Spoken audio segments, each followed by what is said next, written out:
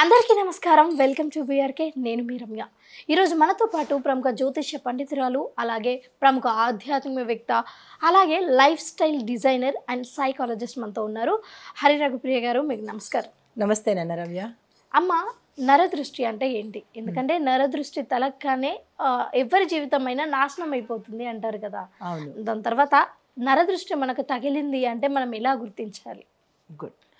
అయితే ఇది ప్రతి ఒక్కళ్ళ జీవితంలోనూ ఉంటుంది. నర దృష్టి అంటే నరుడు అంటే మనిషి, దృష్టి అంటే చూపు అని అర్థం అనమాట. అయితే ఆ చూపు మంచిగా ఉంటే పర్వాలేదు.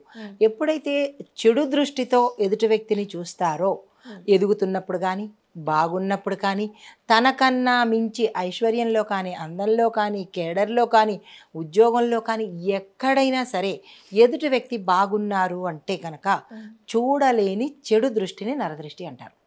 అయితే అది కుటుంబంలో కావచ్చు, బయట కూడా కావచ్చు. అన్నోన్ పర్సన్స్ కూడా, ఉదాహరణకి చెప్తాను, మనము స్క్రోల్ చేస్తూ ఉంటాము యూట్యూబ్లు కానీ ఇది కానీ చూస్తూ ఉన్నప్పుడు మనకి ఎవరైనా చక్కగా కనిపించారనుకోండి, అక్కడ కూడా నరదృష్టి, ఈ చూసే వ్యక్తి మంచి వ్యక్తి కాకపోతే అక్కడ కూడా ఎదురుకుండా లేకపోయినా కానీ ఈ దృష్టి దాని మీద పడి ఇంపాక్ట్ అయ్యే అవకాశాలు ఎక్కువ ఉంటాయి. అయితే ఈ నరదృష్టికి మనకి పూర్వం సామెత చెప్పేవాళ్ళు, ఎవరు అమ్మమ్మ వాళ్ళు ఏమని చెప్పేవారంటే, నరదృష్టి తగిలితే నల్లరాయి కూడా బద్దలైపోతుంది అని. అంత పవర్ఫుల్ అనమాట. అయితే ఇది ఉంది అని మనం ఎలా తెలుసుకోవాలంటే కనుక, అంతవరకు బాగుండి ఒక వ్యక్తి, ఉదాహరణకి మన ఇంటికి ఎవరైనా చుట్టాలు వచ్చారు, లేదా బయట మనం ఎవరితోనైనా మాట్లాడుతున్నాము, ఆ రెండు అయ్యాక మనం ఇంటికి వచ్చినప్పుడు కానీ లేదా ఇంట్లో కానీ ఆ వ్యక్తి అంటే ఫ్రీక్వెంట్గా మనం మాట్లాడుతూ ఉన్నప్పుడు మనం ఎలా గమనించాలి అంటే, ఐ టు ఐ కాంటాక్ట్ వాళ్ళకు ఉండదు. మొదటి పాయింట్. మనతో మాట్లాడుతూ ఉంటారు, మనల్ని అబ్జర్వ్ చేస్తూ ఉంటారు. ఓకే, అది మనం గమనించేయచ్చు చూస్తున్నప్పుడు. తర్వాత మన ఇంటికి వచ్చినప్పుడు అమ్మలక్కలు కానీ, చుట్టుపక్కల కానీ, లేదా అంటే మన బంధువులే కానీ వస్తూనే వాళ్ళ మాటల ధోరణితో కూడా వాళ్ళు బయట వ్యక్తపరుస్తారు. నోటితో మాట్లాడుతూ ఉంటారు, కళ్ళతో చుట్టుపక్కలంతా గమనించేసి మన మీద ఆ దృష్టి పడేటట్టుగా చేస్తారు. ఈ నరదృష్టి అనేది ఒక మనిషికే కాదు, ఇంటికి ఉంటుంది, జంతువులకు ఉంటుంది, వాటికి కూడా నరదృష్టి అనేది ఉంటుంది. అయితే ఏ వ్యక్తి దృష్టి అయితే పడిందో మనం గమనించుకోవచ్చు. ఒకవేళ ఆ వ్యక్తికి కనుక ఫ్రీక్వెంట్గా తలనొప్పి రావడము, కళ్ళు తిరుగుతూ ఉండడము, ఇంట్లో అంటే ఒక వ్యక్తి గురించి చెప్తున్నాను, తర్వాత ఇల్లు సంగతి చెప్దాము. కళ్ళు తిరుగుతూ ఉండడము, వామిటింగ్స్ అవుతూ ఉండడము, దీంతో పాటుగా గిడీనెస్గా ఉండి ఏ పని చెయ్యలేనటువంటి, అంత క్రితం వరకు యాక్టివ్గా ఉండి ఆ సమయంలో కనుక వ్యక్తి డిజార్డర్ అయిపోతే అన్ని రకాలుగా జ్వరం వచ్చినట్టు, వాంతులు అవుతున్నట్టు, కళ్ళు తిరుగుతున్నట్టు, అంటే ఇది కొంతకాలం పాటు ఉంటుందా? వెంటనే మనకి ఇంపాక్ట్ తెలిసిపోతుంది. ఇది అప్పటికప్పుడు ఇలాగా ఉన్నది అంటే కనుక వెంటనే నరదృష్టి తగిలింది అని మనం తెలుసుకోవచ్చు.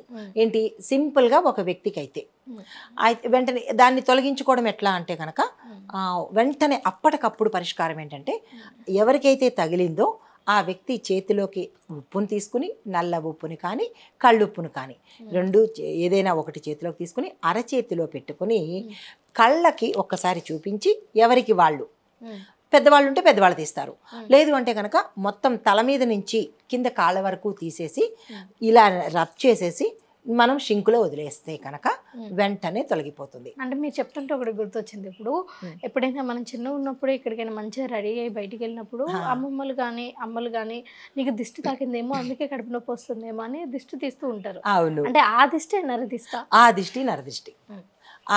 అది చిన్నప్పటి నుంచి మనకు వస్తూ ఉన్నది. ఇది పురాణాల నుంచి కూడా ఉన్నది. నరదృష్టి తగిలి చాలామంది నాశనం అయిపోయిన వాళ్ళు కూడా ఉన్నారనమాట.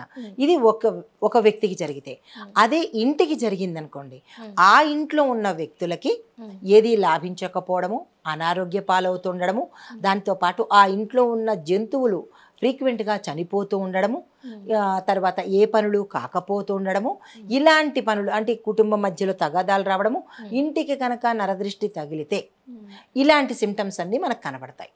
మరి ఆ సిమ్టమ్స్ ఇంటికి మనం ఎలా తీయించుకోవాలి అంటే కనుక గుమ్మడికాయని తెచ్చుకుని అమావాస్య రోజు కానీ పౌర్ణమి రోజు కానీ గుమ్మడికాయని తెచ్చుకుని ఒక గుమ్మడికాయ మామూలు సాదా గుమ్మడికాయ అంటే దైవికంగా ఎఫెక్టివ్ ఉండే గుమ్మడికాయ, ఇంకొక రెండో గుమ్మడికాయకి మనం ఏం చేస్తామంటే అంటే దాన్ని ఒక అంటే దిష్టిలాగా భయంకరంగా ఉండేటట్టు చూడంగానే ఏంటిది అన్నట్టుగా అంటే మన ఎదుటి వాళ్ళ దృష్టి డైరెక్ట్గా దాని మీద పడేలాగా ఉన్నట్టయితే కనుక మళ్ళీ ఆ తర్వాత చూసిన చూపు ఎన్నిసార్లు చూసినా మనకి ఇంపాక్ట్ పడదు.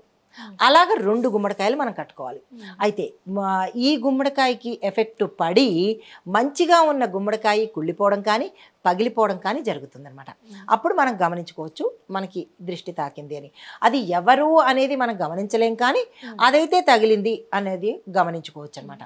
ఇక జంతువుల మీద చూసినట్టయితే కనుక ఆవుల మీద, పుష్టిగా పాలిచ్చే గేదెల మీద, ఇంట్లో ఉన్న పెంపుడు జంతువుల మీద కూడా నరదృష్టి ఇంపాక్ట్ ఉంటుంది.